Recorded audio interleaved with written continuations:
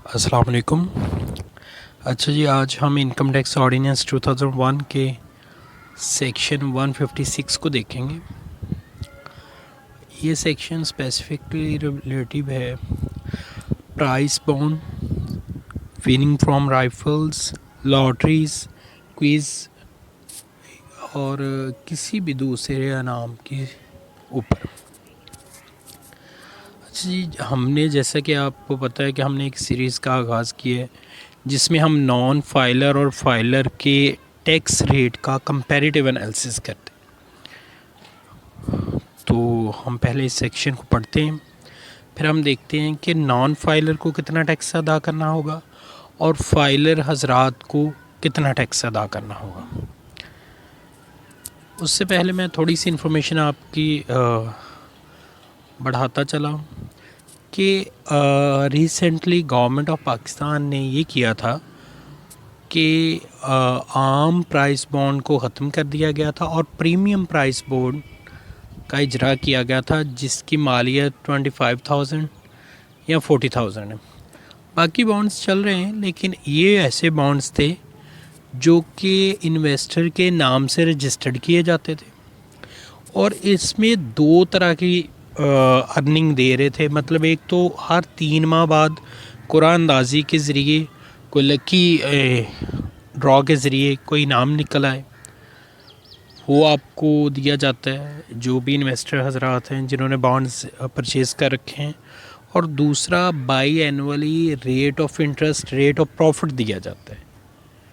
तो ये दोनों सूरत हाल में अगर आप प्राइस विन कर रहे हैं या फिर प्राइस विन नहीं कर रहे, आपके पास बॉन्ड्स पड़े हुए हैं और आपको रेट ऑफ प्रॉफिट गवर्नमेंट की तरफ से अदा किया जा रहा है, दोनों सूरतों में अगर आप फाइलर होंगे तो आप comparatively come with holding tax अदा करेंगे, जबकि नॉन फाइलर को ये ज़्यादा अदा करना पड़ेगा, इवन के 100% इंक्रीज़ करके अदा करना पड़ेगा। हम इससे पहले रीड कर लेते हैं। कहते हैं every person paying price on price bond, अगर वो कोई प्राइस दे रहा है प्राइस बॉन्ड्स पर, are winning from rifles, lotteries, prize on winning quiz, price offered by companies for promotion of sale or crossword puzzle shall deduct from the gross amount paid at the rate specified in division 6 part 3 of first schedule। ये division 6 में जो rate बताया गया है उस हिसाब से हर वो शख्स जो कि प्राइस दे रहा है, वो बेशक प्राइस बॉन्ड पे है, विनिंग फ्रॉम राइफल पे है, लॉटरी या किसी और चीज़ पे है, तो वो क्या करेगा, ग्रॉस अमाउंट का एक स्पेसिफाइड रेट जो कि डिवीज़न 6 में बताया गया है वो डिडक्ट करके एफपीआर डिपार्टमेंट में सबमिट करवाएगा और बाकी की रकम जो है वो आपको मींस के लकी ड्रॉ विनर को हैंड ओवर कर दी जाएगी। सब सेक्शन इसका 2 है जी। Where a price referred to in sub section 1 is not in cash, अगर जो प्राइस आपको दिया जा रहा है वो कैश की सूरत में नहीं है, the person while giving the price shall collect on the fair market value of the price, तो वो प्राइस की जो फेयर मार्केट वैल्यू होगी उसके मुताबिक आपसे पहले रकम कलेक्ट करेगा, जो विद होल्डिंग टैक्स है वो in shape of money collect करेगा और एफबीआर डिपार्टमेंट में सबमिट करवाएगा। The tax deductible under sub section 1, अगर वो 1 के तहत अगर कैश मनी आपको दी जा रही है, डिडक्ट किया जा रहा है, और कलेक्टेड अंडर सब सेक्शन 2 या फिर कोई और इनाम दिया जा रहा था other then in shape of money था, तो वो आपसे कलेक्ट करेंगे फेयर मार्केट वैल्यू के मुताबिक, जो भी उस प्राइस की कीमत बनती है उसके मुताबिक आपसे टैक्स जो कि डिवीज़न 6 में बताया गया वो आपसे कलेक्ट करेंगे।